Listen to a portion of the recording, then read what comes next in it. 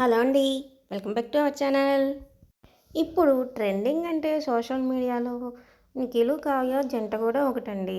వీళ్ళిద్దరూ కలుస్తారా లేదా అని చెప్పేసి చాలామంది ఎదురు చూస్తున్నారు. ఇలాంటి టైంలో నిఖిల్ అయితే చిన్ని సీరియల్లోకి ఎంట్రీ అయితే ఇచ్చేశాడు.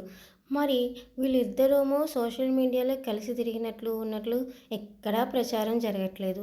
మరి ఇప్పుడైతే నిఖిల్ అయితే ఎంట్రీ ఇచ్చాడు. మరి ఇద్దరూ కలిసారా లేదా అనే దాని మీద మనం మాట్లాడుకుందాం ఇప్పుడు. ఇస్మార్ట్ జోడీ సీజన్ 3లో మీరు కావ్య వచ్చిన ఎపిసోడ్ అయితే చూసారా? అలాగే కావ్య చెప్పిన మాటలు కూడా విన్నారు కదా! అది సరిగ్గా గమనించండి. ఓంకార్ గారు అసలు లవ్ అంటే ఏంటి అని అడిగారు.